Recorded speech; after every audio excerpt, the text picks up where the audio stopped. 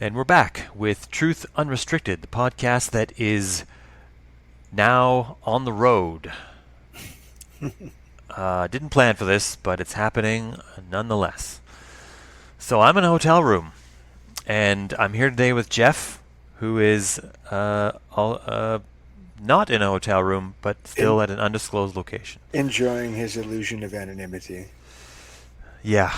Well, you know. A 7-year-old in 15 minutes of social media research could track me down, but allow me my little illusion. Mm-hmm. Everyone feels safe with their illusions of security. So, I'm Spencer, the host of this podcast. I keep forgetting to say that at the beginning of these episodes. I just assume everyone knows who I am. It's not necessarily true.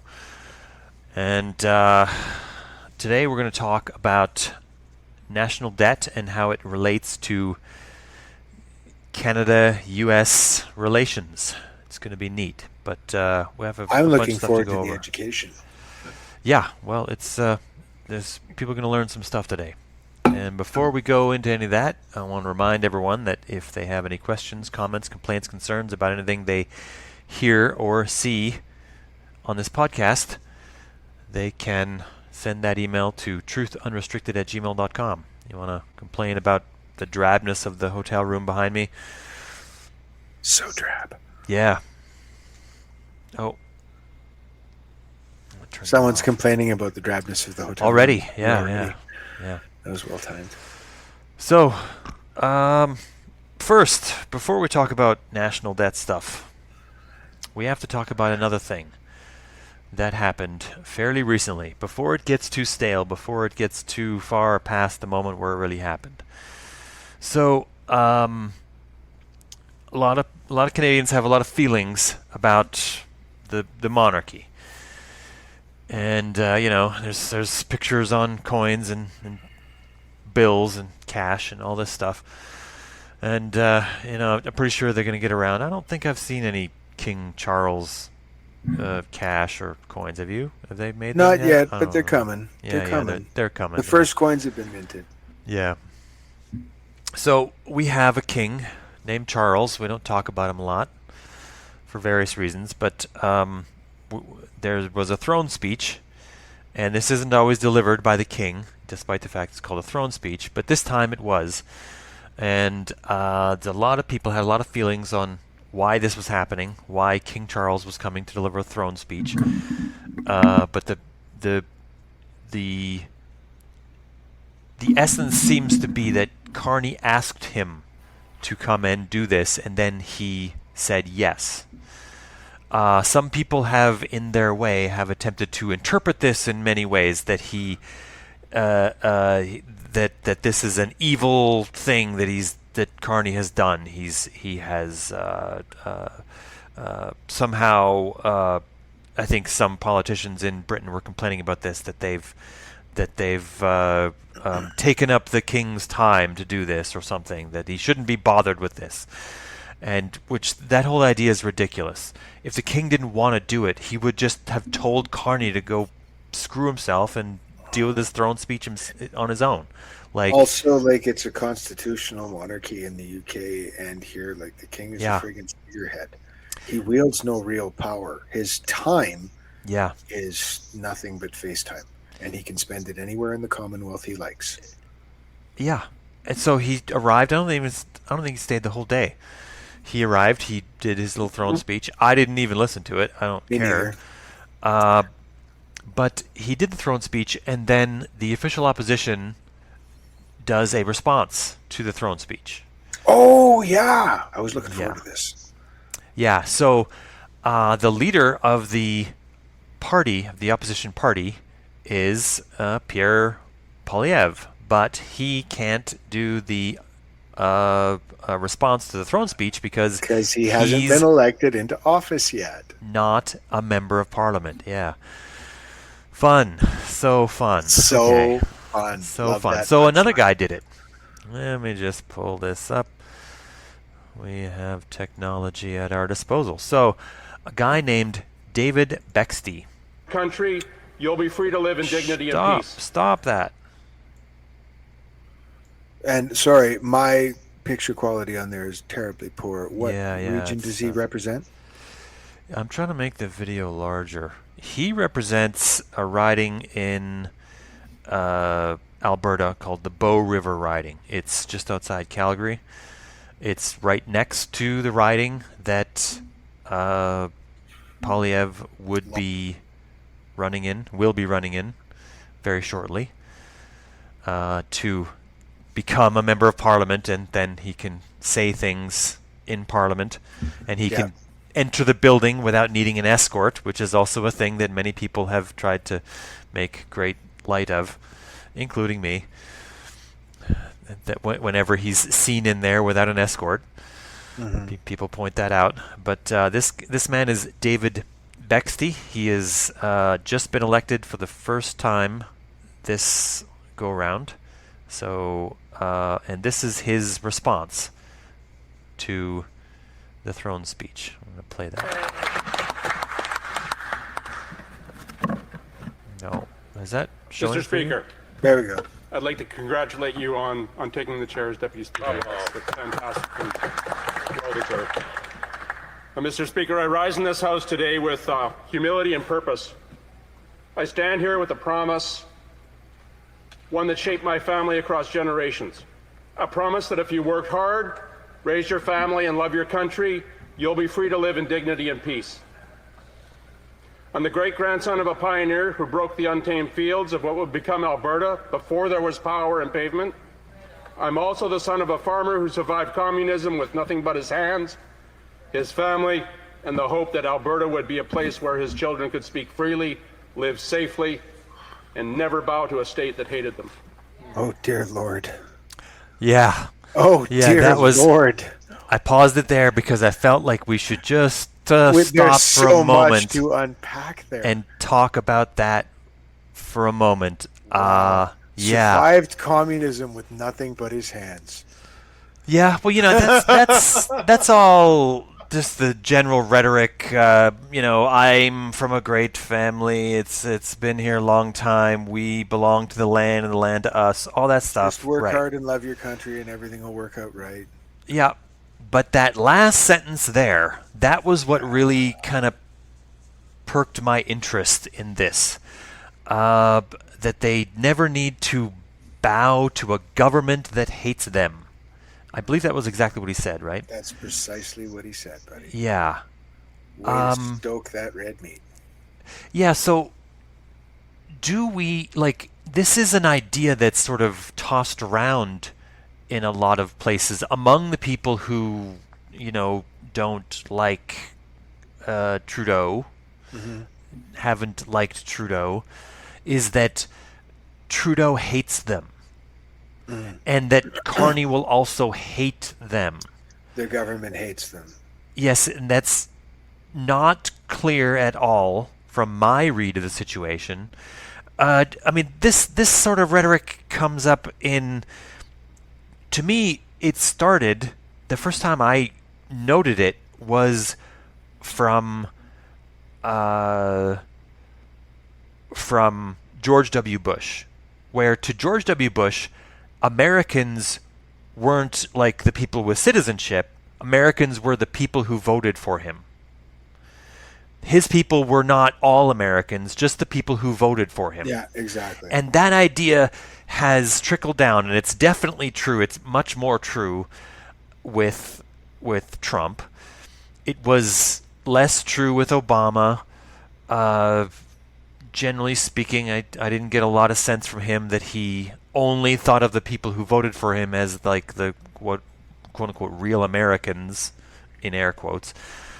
But generally this idea hasn't been a part of Canadian rhetoric much until sort of recently. This idea and it's been sort of foisted upon Trudeau, in that I didn't get a sense from Trudeau that he only thought of the people who voted for him as Canadians, but this is sort of how his opponents have cast him, that he only thinks of the people who, Ontario and Quebec And in that way, that's sort of a Canadian thing. The idea that, those Eastern prime ministers, they only really think about the East because they only really need the East to get elected, right? But this is even a departure from that. Like, it's a step further than that. Definitely a step further. It's one thing to, like you say, like Bush did, to just categorically ignore the people who didn't vote for you, like Trump is doing right now. Or even sometimes attack the people who aren't voting for you, like is happening right now. Yeah. But it's another step entirely to accuse the government that is aligned with the faction that is not yours of hating you. Yeah. Right? But like, you that's do a see big the political logic. Yeah, you do see the populist tones there, right? Oh, 100%. At once it casts yourself as the plucky rebel against the empire, right? The empire hates the plucky rebel, and the plucky rebel will, as he casts, will keep fighting the way his grandfather fought the communists with his bare hands, or whatever story was. However that was, he tilled farms with just his fingernails or whatever. Walked to school back and forth in the snow. They hate us for our freedom. Uphill for both ways. All of right. Okay, but like specifically that the government hates them. And not just that the government hates them, but now you have to bend knee to the government that hates you. Yes, that you'll never bow. Yeah, because that's right. Because that would be a thing that forces you to lessen yourself as a human being. Yeah, right. But that's not, people tried to cast Trudeau as an authoritarian, and I tried to ask them what they saw that led them to that conclusion, and the answer was always just question marks. Most of them don't really know what it means for someone to be an authoritarian. Oh, he's looking for more power. Well, what do you mean? What does that mean? Like, what power? What power do you think he's ever going to get? He's going to get voted out, and he's never going to have power again. What power did you think he was going to get? What does that mean? It's a meaningless statement unless he's making moves that would thwart another's ability to oppose him some way. But he wasn't really doing that. I mean, he had a party that had more seats than anyone else. He had the same amount of power as Stephen Harper did before him. I don't know. But this is an advance. This is an advance on that idea that the government hates them. A huge advance on the rhetoric. Yeah. 100%. Okay, so let's carry on. We only had a minute into this thing, and we're already hyped up. Okay. My father didn't come to Canada in 1953 for a handout. He didn't arrive on a student visa or as part of some bureaucratic temporary foreign worker program. No, Hubert Bexte came to Canada to build a farm, to build a community, to build a country, and most importantly, to build a family. He paid back his own passage from Europe by laboring in Alberta's sugar beet fields. On the southern edge of this ferry riding, I represent here today with no welfare, no hotel rooms, no Liberal-sponsored welcome package, just sweat, sacrifice, and a belief that what Canada could be was what we should aspire to. My ancestors actually worked when they came here, and they earned their keep. Not like these slackers we got here today. These freeloaders that are taking our tax money. Well said. Pretty much. Yeah. But sum up that position there. Holy cow. Yeah.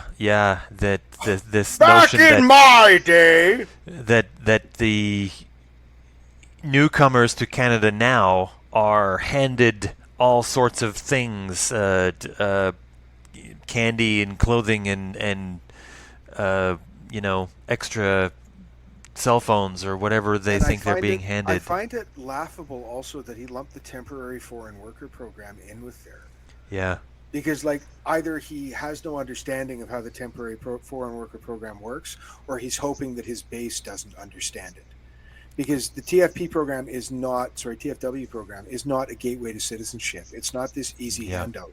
What it is legalized indentured slavery using foreign nationals. Yeah, it's not good. We bring in TFWs to work industry jobs. Like, we basically legalized in Canada what Trump's ICE crews are chasing down in the States right now.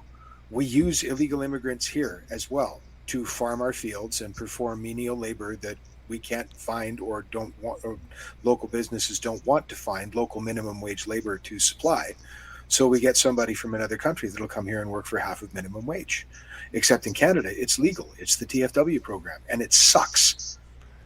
But this guy is trying to use it to get his base fired up when it's the opposite of what he's trying to make a case for, which is this seemingly endless tit of government welfare for immigrants.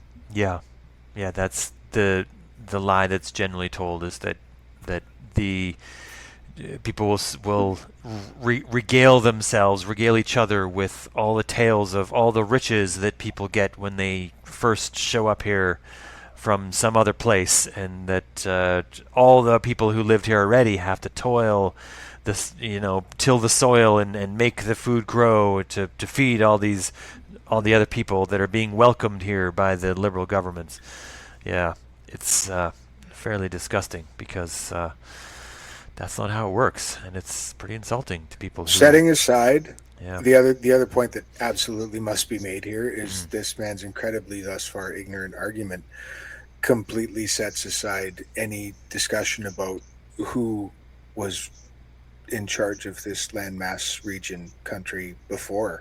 Ancestors. Yeah, he's not even a little bit. I think they earned it. They came to a completely unoccupied Pangea, a promised land. Yeah.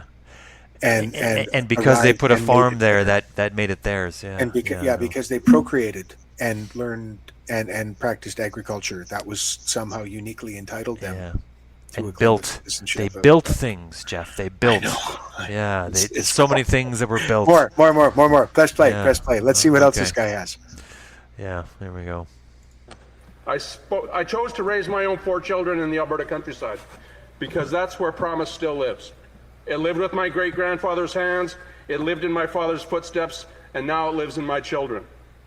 And let me say this, I would not be here without the support of my wife, Lorelei, my children, Kyle, Kian, William, and Annalise, my mother, Nadine, and the rest of my extended family. I also want to thank the many people of Bow River, from Grassy Lakes to Tilly, Gem to Bicycle, Conrich to Siksika Nation, Arrowwood, Milo, Carmen Gate, Barnwell, and everywhere in between. You are my neighbors. You are who I aspire to be, and I hold this seat for you. I also owe a debt of gratitude to 4-H Alberta. A little.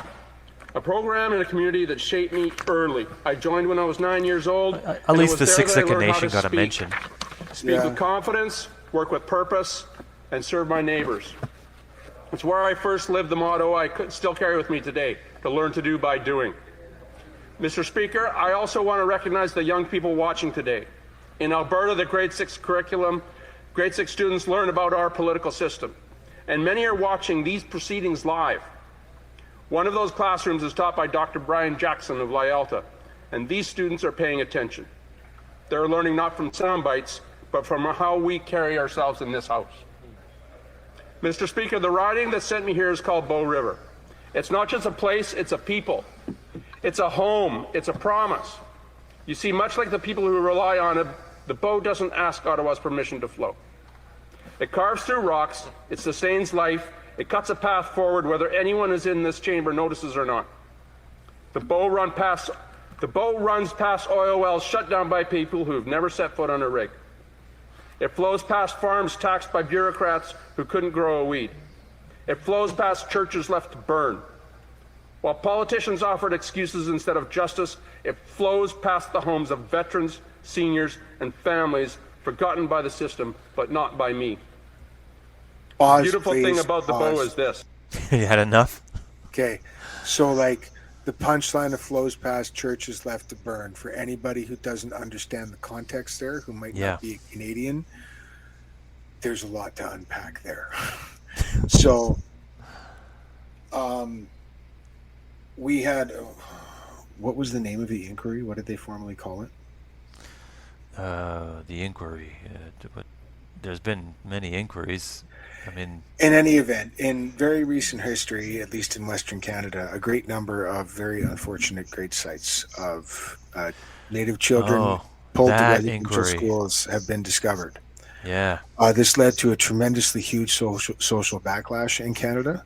A lot of people on the left got righteously and rightfully inflamed over this. And of course, because these residential schools by and large were run by the church, there was a lot of social backlash against the Christian church in Western Canada as a result of these inquiries. Some people took it to an extreme, and some churches were burned. And the right-wing media has spun this as yet more attack on the poor, downtrodden, white Christian man. Yeah. And that's what the churches burned reference is to. It's not about, the hundreds, God forbid thousands of Native children left to rot in unmarked graves under school basements. It's about the handful of churches that were recently burned. Not really. Yeah. The residential school program and the no mention of that at all in this gentleman's rebuttal to the throne speech. No, just a one-liner for the Siksika Nation. He did mention his one local Indian nation. Good for him. Okay. Carry on. Yeah, I just want to direct some attention to a previous episode I did last year. I did it for Truth and Reconciliation Day with someone that we went to high school with, Jeff, who is a native man, indigenous man who lives in the Grand Prairie now. Not old York Nate Sabies. Mr. No? Sebastian? No, Len. Len Morissette is his name. Oh, yeah, Len. Awesome.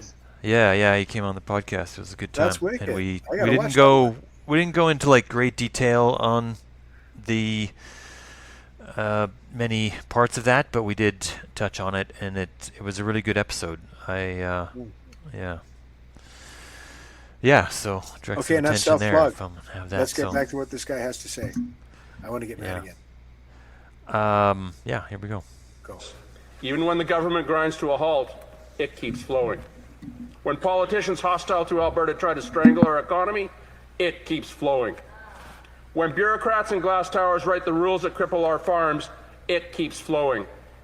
When unelected judges rewrite our rules and call it progress, it keeps flowing. When they shut down our churches, our rigs, and our rodeos, it keeps flowing. The Not our rodeos. Care about trendy acronyms or performative politics. It cares about feeding cattle, watering crops, and quenching the thirst of a work. I can't. This metaphor has gone on just long enough, okay?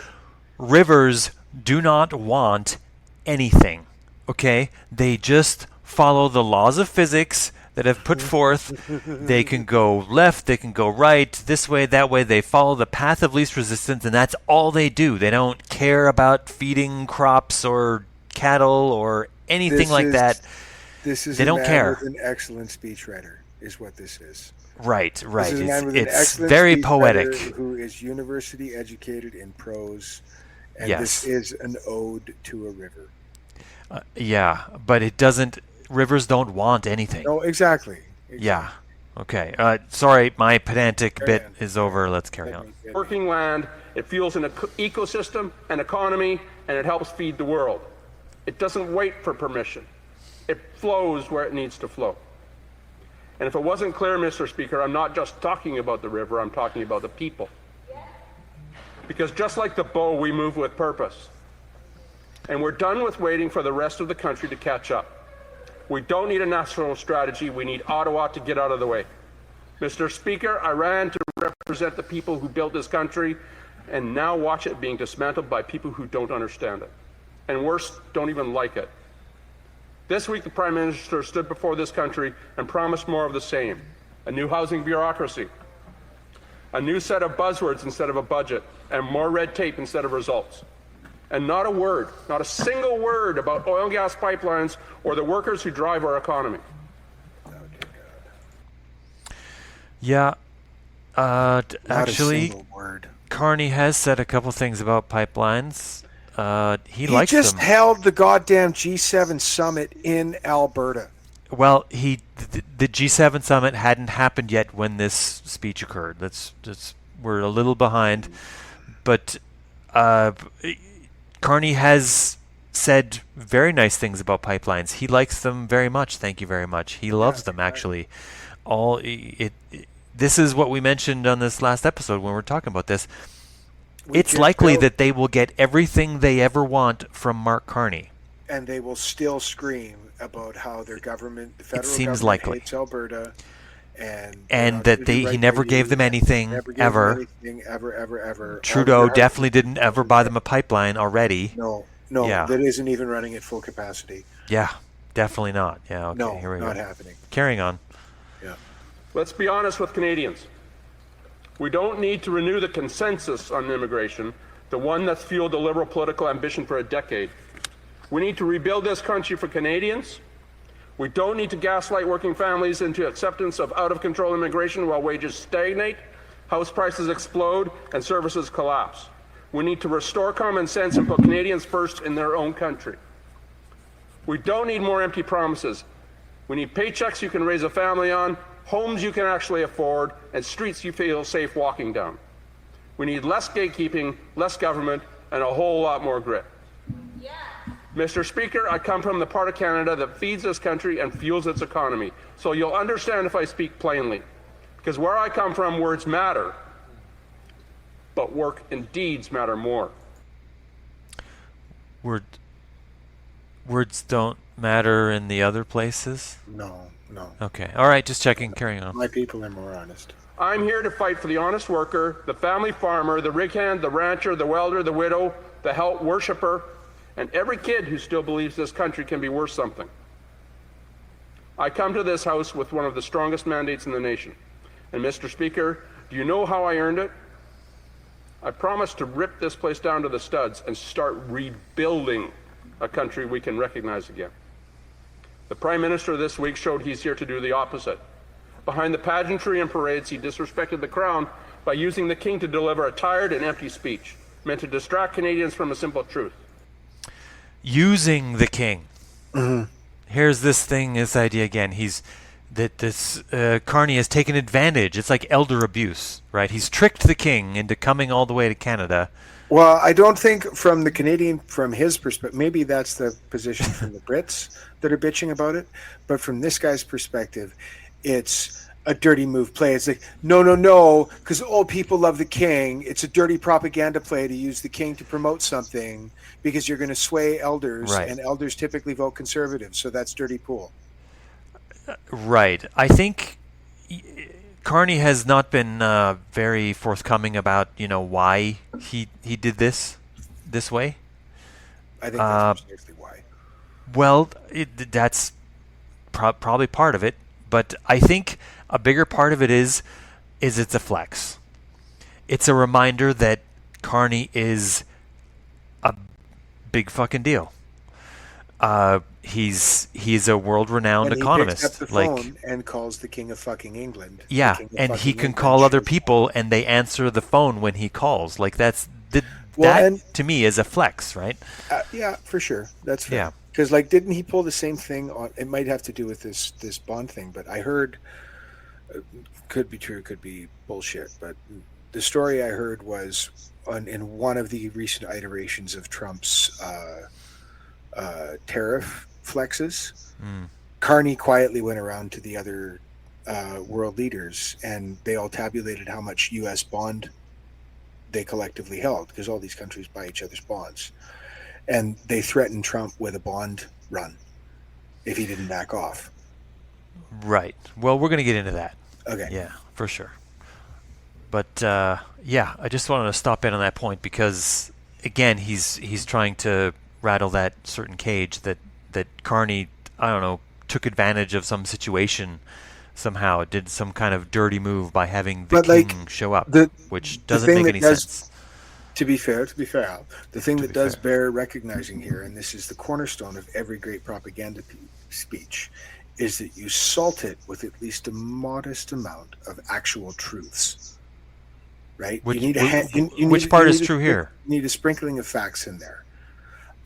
So one of the cornerstone right-wing gripes about what the left-wing government has done since they've been in power, and to be clear, the Liberals aren't actually left-wing. They're centrist. They're an opportunistic government. They go whichever way the wind is blowing. Yeah. But one of their gripes is, the Liberals crippled the economy with a great big immigration run. And, yes, that's true. We have had very high immigration levels in Canada since the Liberals came to power.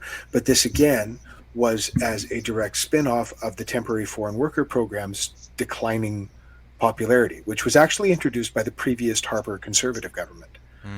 And the TFW program got out of control.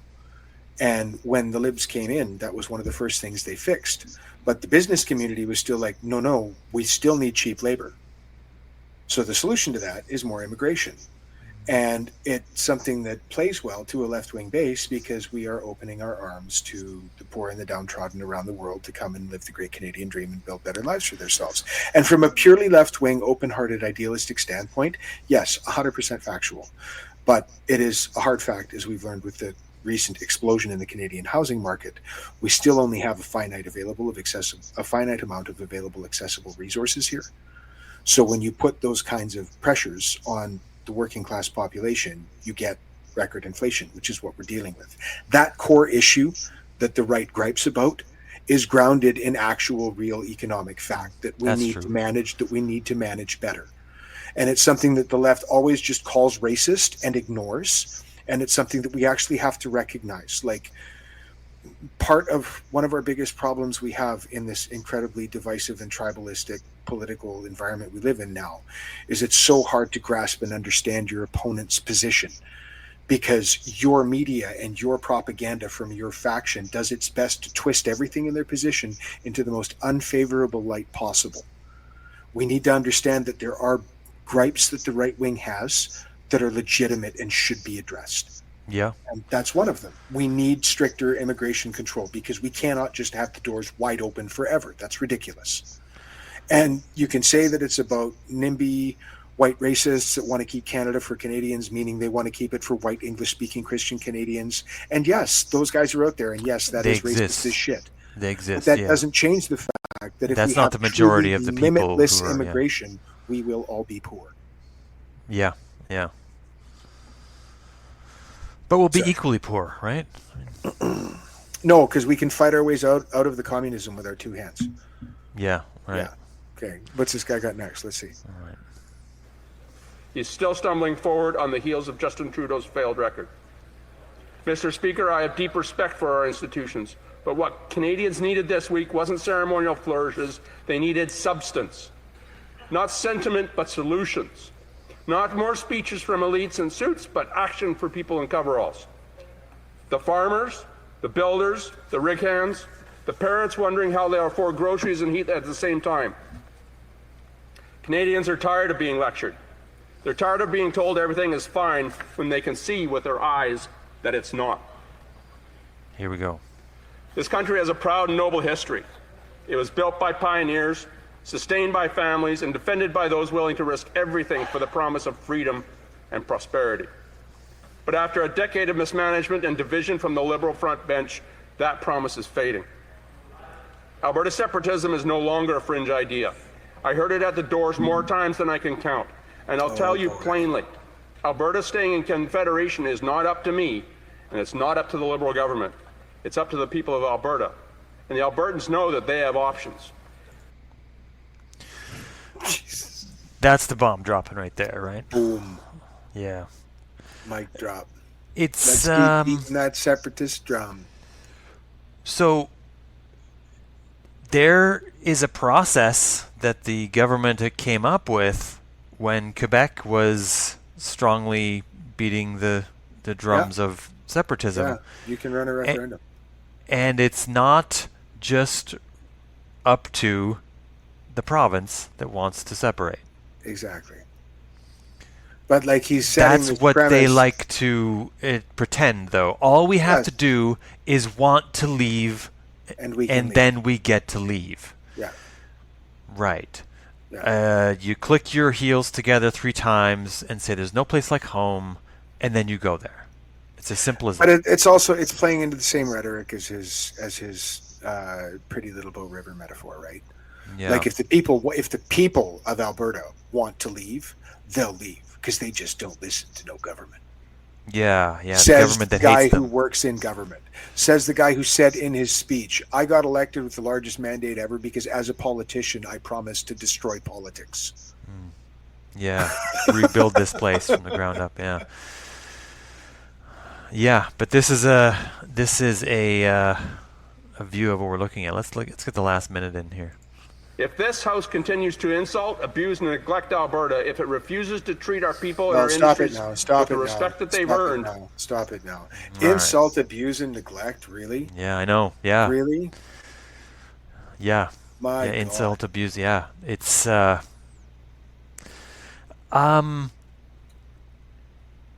This is like the hardcore, ultra right-wing,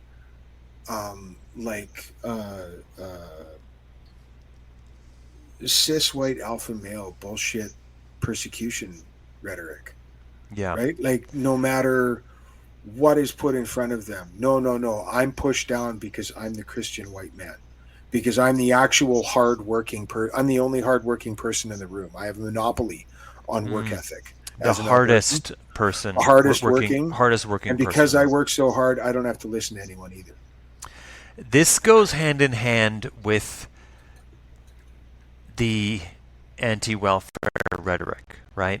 Mm-hmm. This general notion that I have things because I didn't need no welfare. Things. Yeah, I don't need no welfare. Anyone says the guy who works in the cyclical energy industry who is regularly laid off and relies on EI. Anyone who gets anything without having to have worked for it is a terrible person by definition, and therefore your natural moral goodness stems solely from the amount of work you do. And the extension there becomes the next layer on that onion becomes the amount of work you do leads to a greater amount of morality, and therefore having worked harder you're more morally sound. Yeah.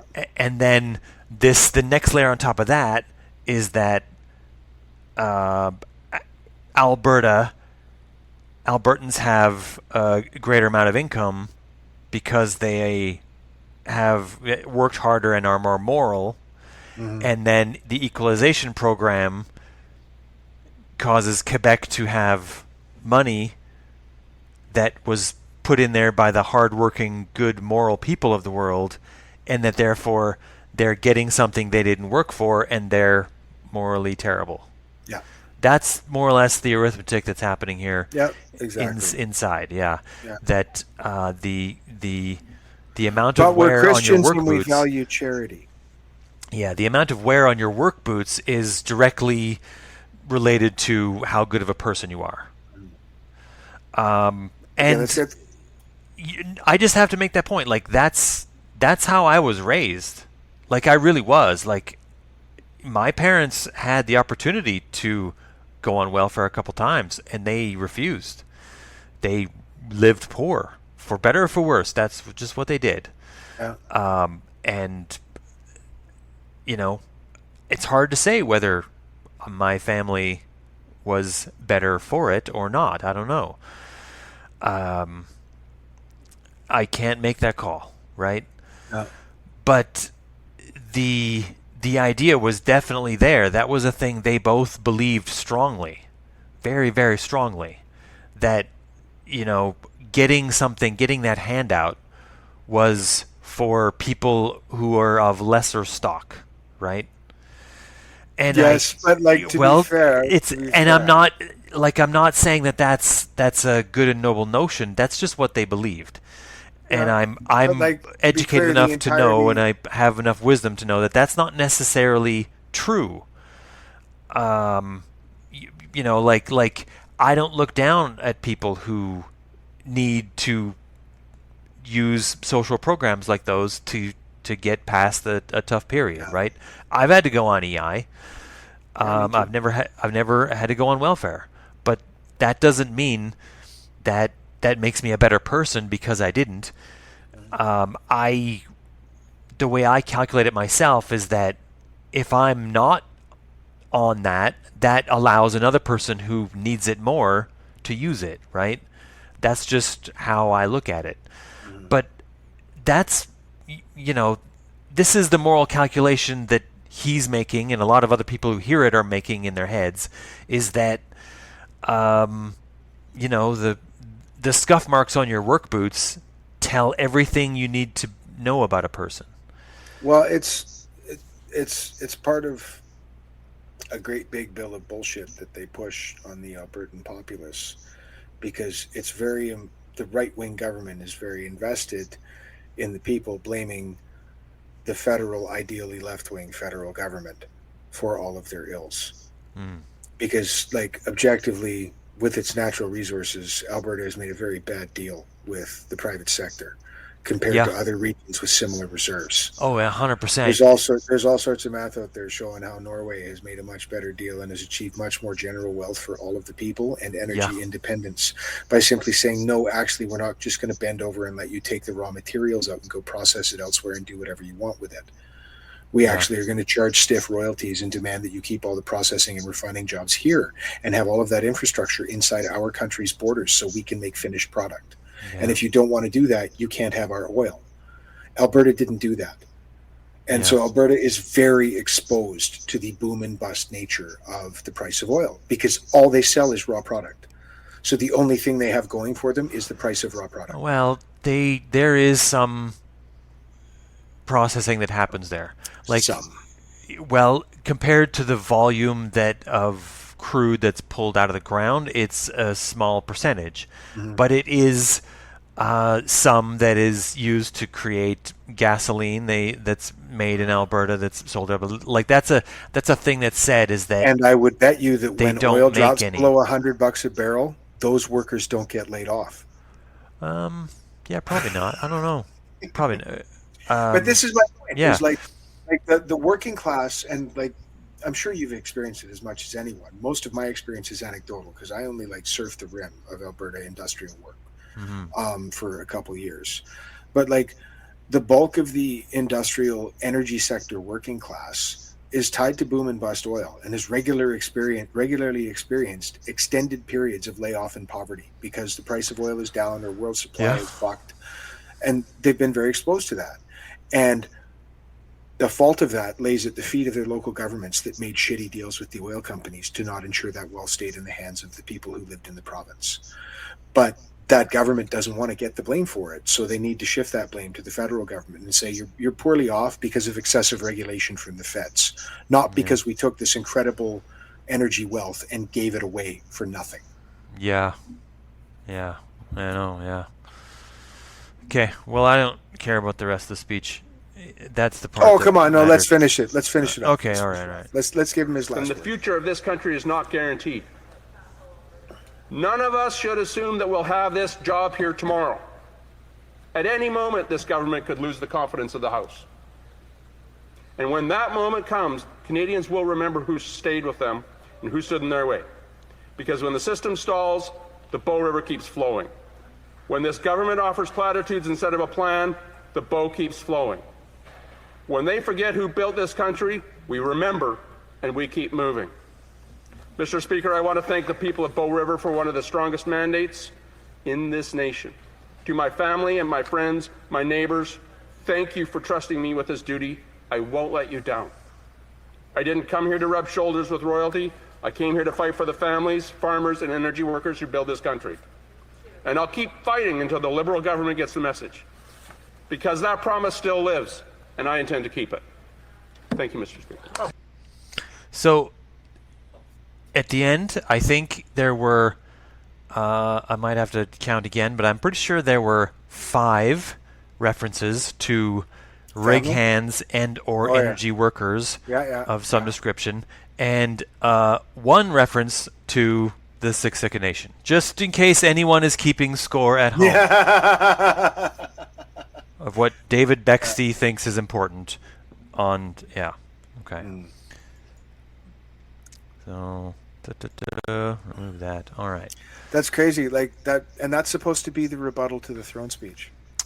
Yeah, they get a chance to talk and do their thing sort of immediately after. If you had, I didn't watch the throne speech, and nothing in his rebuttal gives me any indication as to what was in it. It's like his speech was written by a speechwriter 3 days ago that was just like, whatever the throne speech says, just call it bullshit platitudes from a monarch. Right? Yeah. Well, that's probably exactly it. And for all I know, that's what the throne speech was. I don't know. What the hell does King Charles know what to say? I don't know. His speech was probably written by Carney. He was fed copy too. I'm sure, yeah. Whatever. It doesn't. But the fact that the official response to the throne speech included direct Alberta Separatist stuff. Oh, yeah. And, that was... beating that drum. Yeah, actually, I meant to mention that. I don't know if I mentioned it prior to when we started taping, but I had a recent job in my hometown here in BC at a sawmill. And the system that I was working there to service, the panel happened to be in the lunchroom when they took a coffee break while I was working. And I got to basically just eavesdrop on a room full of sawmill workers in BC. And I was actually shocked to hear one of these guys talk very confidently about how, he could have been wearing a red ball cap, man. 100% pro-Trump, down with those in Iran. And, did you hear that 45% of the people in Alberta want to separate, and so do 35% of the people in BC? We're so close. By the time my kids go into high school, we're going to have our own country. There's a small segment of the population that is really buying into this rhetoric, that actually honestly, truly believe that this small wingnut fringe faction is actually super close to holding the majority vote. It's ridiculous. Yeah. Well, I don't. They're not anywhere close in BC. They're not even barely on the mark in BC. But there's groups of them like that. Yeah. Yeah. I am gonna have to edit you there, though. Yeah. Yeah. Okay. Well, getting back to the show. So we want to talk a little bit about what it means, what national debt is about, and what it means to our current moment right now. We're going to have an extra video here. All right. Make that full screen. So this is from a YouTube channel called TLDR News. They have separate channels for sort of each region, and then this one is just global. It's kind of all the regions, and they're very simple. This is just a guy at a desk in a blank room, but they have little bits of graphics, and they just take the news that's happening in the world, and they explain it in a short fashion. It's concise, it's accurate, and I want to plug this channel. I like it. It's very useful for people who don't have a lot of time, like me, who doesn't have a lot of time. And just the facts. Yeah, and just the facts. And they'll actually take, instead of just like sometimes I'll watch a video that's talking about bond yields, and they'll talk about how the bond yields are way up and how that's terrible or whatever. But I get lost. But why is that terrible? What does that mean?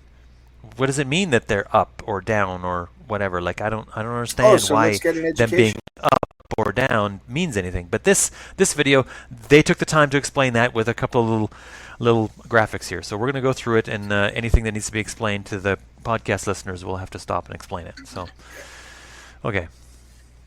So to understand this story, you need to know a little bit about how bond markets actually work. In short, when a government borrows money, they do it by issuing bonds. Bonds are essentially defined by three things. The face value, that is how much the bond costs in the first place. The coupon, that is the annual interest rate that whoever owns the bond receives. And the maturity, that is the date when the issuer repays the bondholder the face value of the bond. To give an example, the US Treasury might issue a bond with a face value of $1,000, a coupon of 5%, and a maturity of 10 years. If you bought that bond from the Treasury, you would basically lend the US $1,000. The Treasury would pay you $50 a year for the next 10 years, and after that 10 years, they'd return the whole $1,000. Importantly, however, the effective annual interest rate, or yield of a bond, can change if the markets decide that they don't want to pay the face value.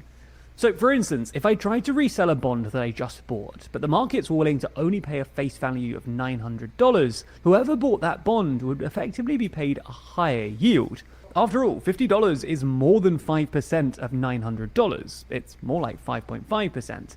And after 10 years, this new bondholder would also get an extra $100, because the Treasury would pay back the full $1,000 face value. But this new bondholder only bought the bond for $900.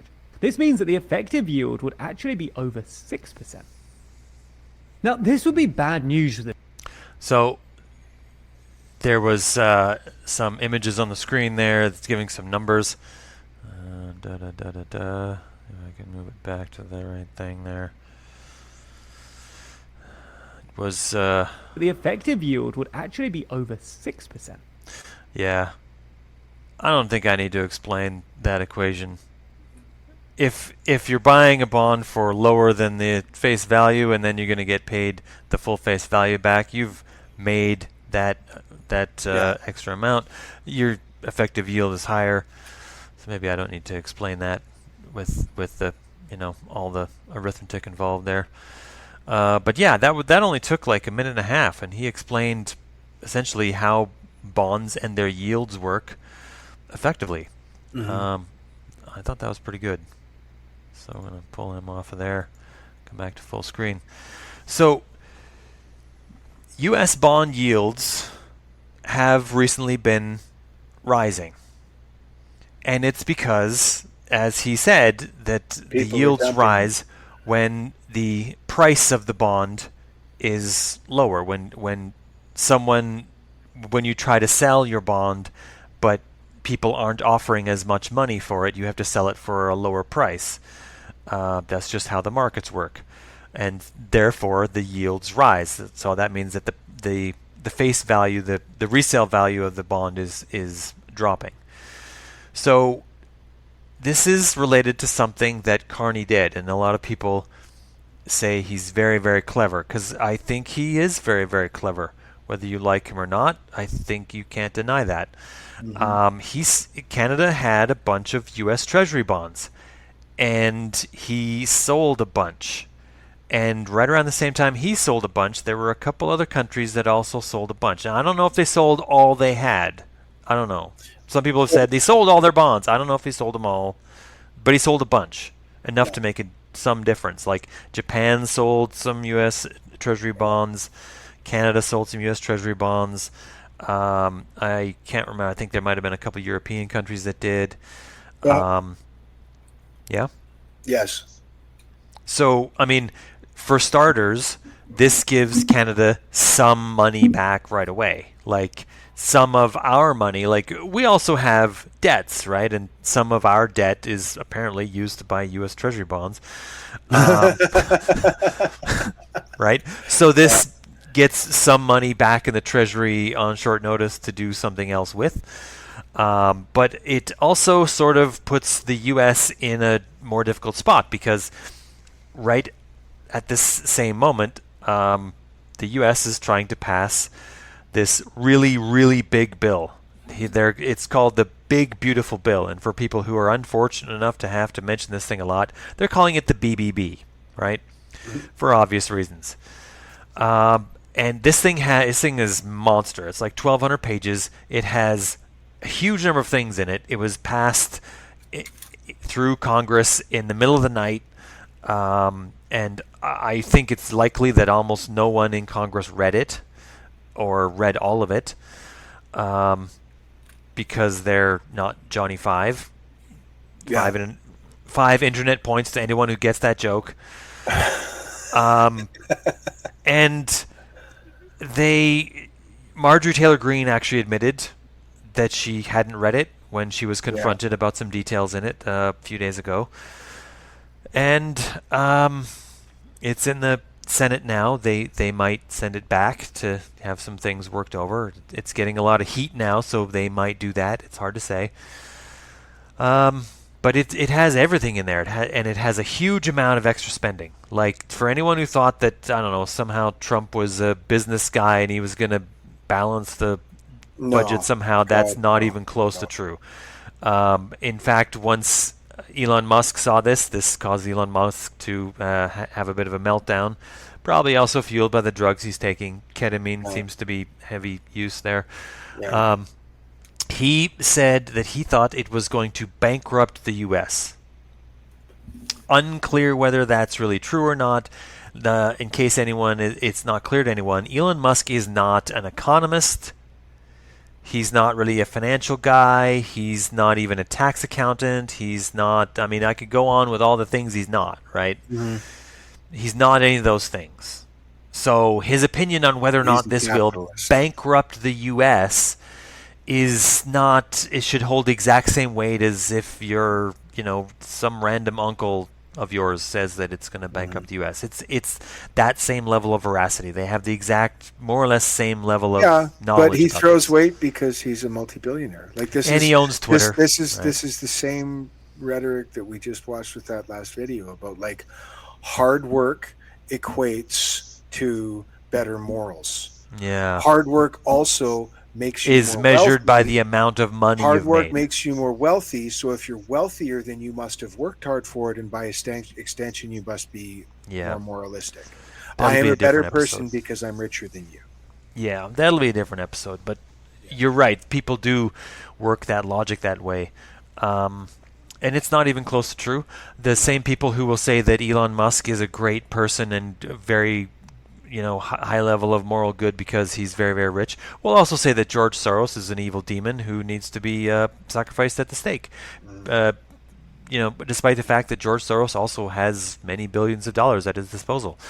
Yeah. Most of them also say Bill Gates is also demon spawn, right?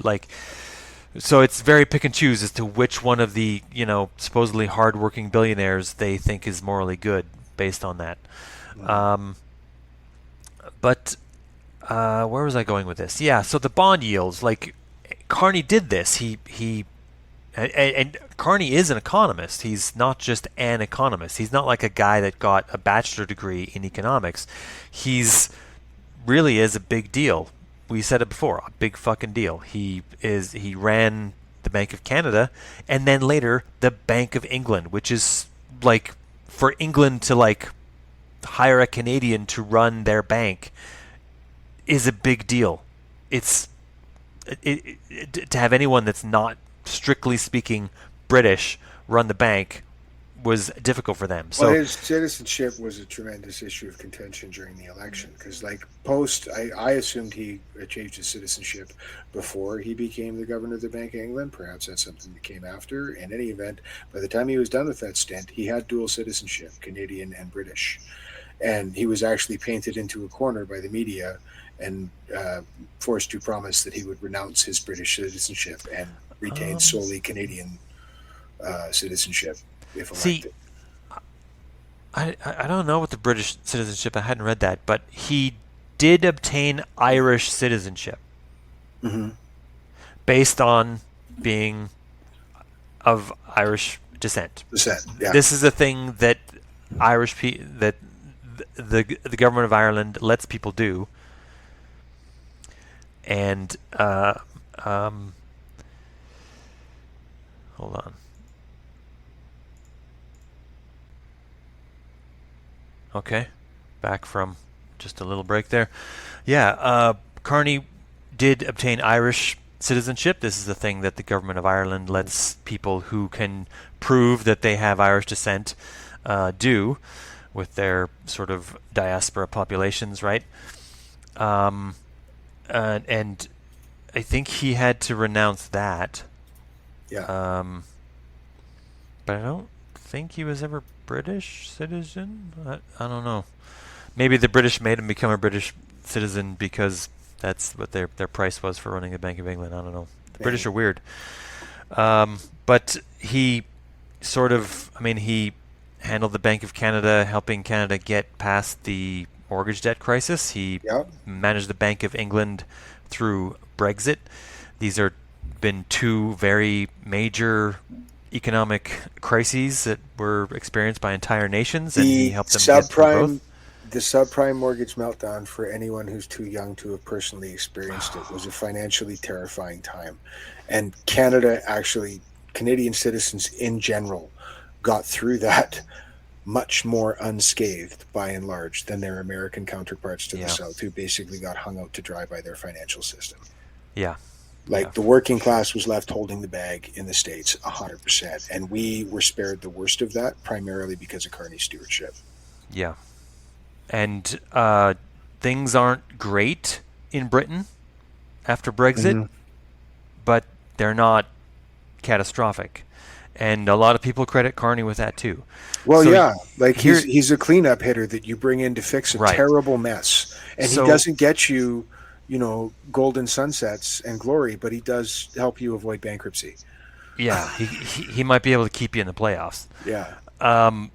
So here you have a very smart guy who gets elected to become Prime Minister of Canada, and he has come through, personally ran the system, coming through two major crises, and now is Prime Minister now instead of just the manager of the Bank of the nation, for another economic crisis.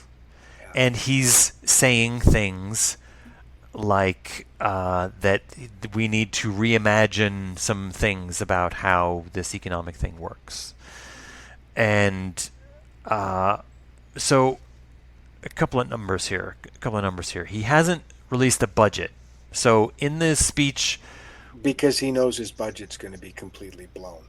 Well, I'm sure. I think it has to be. Is going to be like monumental deficit spending, the likes of which we haven't seen since COVID. So he they're put together, pushing that as far down the road as they can. He said it'll be in the fall, the official budget, which he's allowed to do. He doesn't have to have it right now. People are complaining that he hasn't done it. I think it's not reasonable to think that he couldn't have done it. I think he could have done a budget. He has every major economist and financial accountant that's within a 3-hour flight of his location on speed dial. He could have gotten a budget done by now very easily if he wanted to. I think you're right to say that if he hasn't done it, it's because he doesn't want to do it right now. But he did put together a thing that they're calling something like an outline of spending. And in his outline of spending... promise to try, but we'll try to try. Oh, we are getting close to a... what did Trump call his healthcare plan? He had an outline of a plan. Yeah. Yeah, we're close to that here, actually. Yeah, we have an outline of a sketch of an idea of a plan. Yeah. I have a. What was? I can't remember what Trump actually said during that. But anyway, it was something like that. I have an idea of a plan, and this is kind of what this is. His outline of spending outlines roughly a budget of $486 billion, which is very close to what the previous year's budget was, except that there's a couple other spending commitments from last year that aren't included yet, and they will push it if they're just added straight on to what he's looking to spend. That will push it to about $554 billion. That's more than anyone has spent in a year that hasn't been, full economic crisis. Some people wonder, to some people who are, losing their jobs at car manufacturing plants in Ontario, this is full economic crisis. So I'm not going to, try to downplay that at all, because having Ontario's economy tank will be fucking terrible for everyone in Canada. Oh, yeah. Let's just put that 100%. right out there. There's no way Alberta can make up the slack. Sorry. You cannot. There's no way any other province collection of provinces combined, maybe all the rest of the provinces combined could make up the slack, but Quebec isn't going to pull their part, so already we're behind. But this is here's what I'm thinking here, and you're going to tell me if I'm crazy or not. You're probably going to tell me I'm wrong, and that's okay. But here we have a guy who's, in his mind, might be thinking about how he gets to, get his name on one of those, shiny world level, prizes. Nobel Prize in economics, or one of these mathematical economic prizes that they give out every couple of years or whatever, right? By reimagining and rethinking the machine that makes the thing run, right? And in doing so, if that's the case, he's going to be using Canada as his guinea pig, right? His prototype model for how this works. Like the idea of like the college football coach who pushes all of his players way too hard, frequently to the point of failure or lifelong injury, because they are a constantly refreshing supply for him, because there's constantly new players coming in every year. And if he's the one that makes it to, whatever championship or whatever every year, then he gets to say he was the best coach or whatever. Yeah, exactly. Yeah, so that's a thing that I'm concerned about right now. What do you think of my thought here? Am I crazy?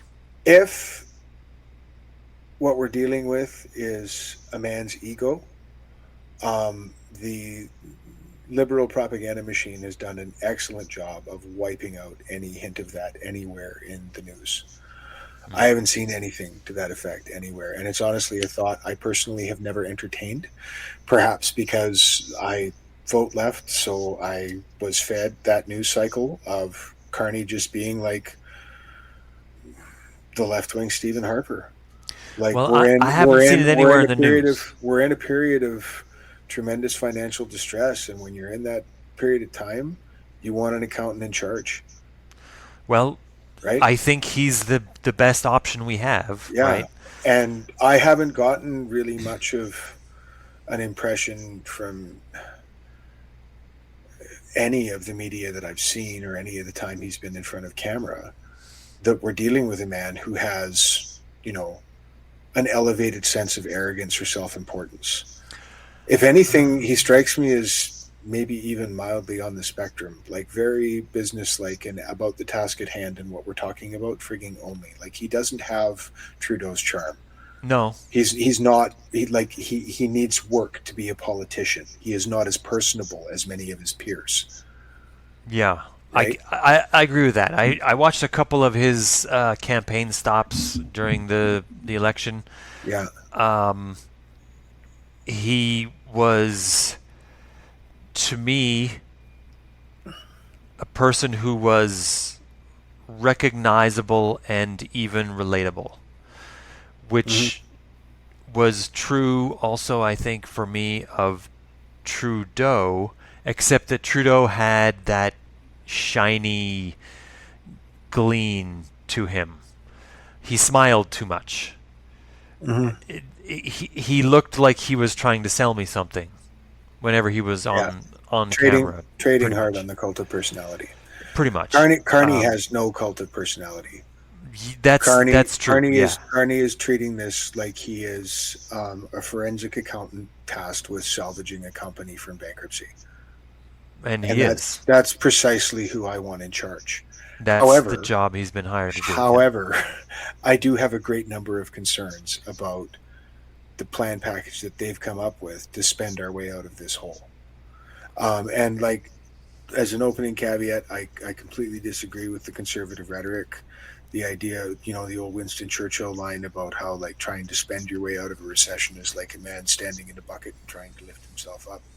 Like, there's proven historic economic points to point to that show factually when you hit a recession, sometimes government spending, even deficit spending, is the only thing that can push you out of it.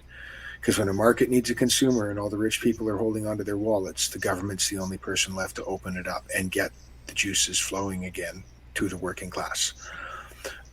However, there's a lot of stuff they're wading into that I'm not convinced is a good idea. I personally have a huge issue with the idea of like federally funded housing. Like straight up, the government's going to build slums now. Like our housing situation has gotten so dire, the government's just going to build housing for people. I don't feel like that's the solution. I don't know. Here in BC, we've seen what happens. I'm still not convinced that the actual real problem is a lack of houses. No, this is the point. I think there's too many people who want to own more than one house.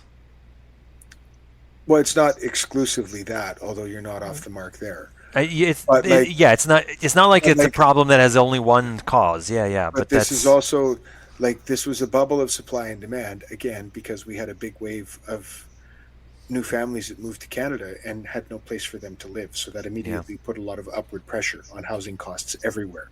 Very simple supply and demand. If there are more people who need a roof over their head than there are roofs for heads, the cost of roofs go up. But like that's something that the market is already pivoting to fix. There are towers and apartments and private buildings going up all over the place in Canada, especially in large urban centers where a lot of this immigration has concentrated. So this is a problem that I think is going to kind of work itself out. And I don't understand why we want to take on this tremendous new load of debt to provide something that it looks like the private sector is going to provide. We need to deal with Trump. Like, we need to deal with him. Like, and as much as the people who voted for Carney, generally speaking, don't like Trump, it's only through negotiation with Trump that we will reduce the tariffs. In that way, I think, I don't know how well it's going to work out. I don't like to cheer for politicians, but it's possible that it's also very likely that Carney is more clever than Trump. More clever than Trump, but has fewer tools with which to maneuver, right? Yeah, many of us have been more clever than the bully that beat the shit out of us. Yeah. So right now we're making promises, right? So Carney promised a dental plan and even put out the basics of what that looks like. And, the crowds rejoiced. This has been a thing that's been talked about for a long time. And he just waved his hand and said, yeah, you'll get that. Then he promised that we're going to increase military spending to 2% of GDP. To 2.5% of GDP. 2.5%? Wow. It's got to be 2. NATO says 2.5. Okay. So, for starters, and it's, I don't know why it never happened before, but the number jumped immediately. And people noted that. And then they figured out why. It was because nearly every other NATO nation that has a coastline and has, a fleet of boats that patrol that coastline, as in like a coast guard, they include that as part of their military spending. And for reasons that I didn't know till now, Canada never did that. The money we spend patrolling the coastline wasn't used as part of the military budget. So he just looked at that and went, okay, well that's got to change, and then he moved those numbers from that column to that column, and then the numbers changed, and it didn't. We're spending more on defense. Yeah, it didn't get us to the 2.5% to meet the NATO commitment, but it got us closer. But we are going to get there, and I think he's talking about even maybe more than 2.5%. But that's almost, if we're not like involved in a conflict, that's all money that will generally get spent in Canada. Yeah. So, I mean, it's not like people are talking about that like you kind of throw that money away, you kind of light it on fire. But that's not really true. Military is a great employer. Just ask the United States. It is. It's also a great way to do things like train pilots, train helicopter pilots, train mechanics, heavy-duty mechanics, train all kinds of people this way fairly cheaply, right? Yeah. And also, you can hire a lot of engineers in the military, and not just military engineers as in the military engineering corps that like disables landmines. I mean, you can have military engineers that, God forbid, design new equipment. You can have programs to improve all kinds of things, research all kinds of things for improvement. And this includes like armor for vehicles and better ways to build engines for military vehicles, this sort of thing. I mean, all that stuff can happen in military budgets. Yeah. We used to build, once upon a time, we built military aircraft in Canada. Yeah. I met an old guy who actually worked on the Avro Aero program. Cool. Once upon a time. It was 20 years ago, and he was already a very old man, but he lived in a little town called Caslow. And I was working at a company that we went around and we did nurse call devices. And I was in the nursing home there. And he was in there visiting his wife. And he was just wandering around. And then he started asking me questions about what I was doing. And then he's just, like old guys do, just started telling me stories. And that came up. And I was just like, what? Whoa, what? Is this thing that in some Canadian governmental administrations denied that it ever existed? Like, yeah, wow, right? But yeah, we used to build airplanes, 5 of them specifically, but there would have been a lot more than that if it hadn't got shut down. Yeah. And you know, right now they're talking about where do we buy our planes from? But again, like, right, the manufacturing that happens at Lockheed Martin or whatever U.S. manufacturer is producing those planes. There's a tremendous amount of baseline manufacturing that happens in Canada for those things. Yeah. Like, this is what we're discovering with the tariff war on the auto sector. Is like the components for an automobile cross the border like 8 times in various states of completion before the vehicle finally gets manufactured in whatever country calls it home. Yeah. That's why the tariff fight over the automotive sector has gotten so splintered and down to so many different little sub provisions, because both sides are now recognizing, tariffs are a great idea, but like, even if it's American made, we still need Canadian shit to make it go, because they're making shit over there we can't make here, right? See, everything we make here in Canada can be made there, just not tomorrow. Exactly. Not in time to. None of the manufacturers are interested in pivoting. None of the manufacturers, and this is what very few people understand, is that, like, number one, of course, the capitalist manufacturers have no interest in pivoting and spending a bunch of money on retooling and hiring more expensive local workforce to build something they're already getting made cheaper somewhere else, right? They don't want to, so they're trying to stomp their feet and say it can't happen. It can, but the reality is, while we're in the process of retooling, supply gets interrupted and fucked. Yeah. Shit's just going to get more. If you're motivating with tariffs, your bridge period, which will last literally years before you get your manufacturing turned over, for years, all of that shit that you're trying to force local manufacturing on will get more expensive.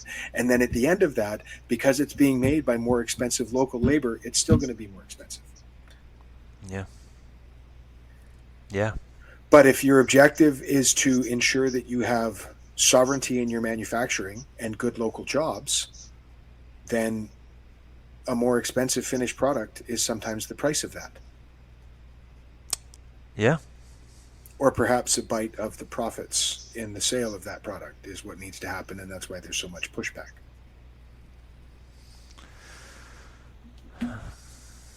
Pretty much.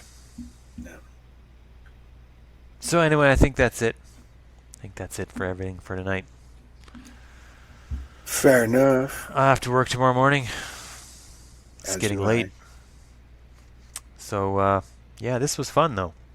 Yeah. I have. That was a salacious speech you pulled out. That was awesome. Yeah. Yeah. The David Bexte speech. Yeah. Wow. Mm. Yeah. Not a fringe set of ideas. No, not at all. Not even a little. Anyway. Until next time. Until next time.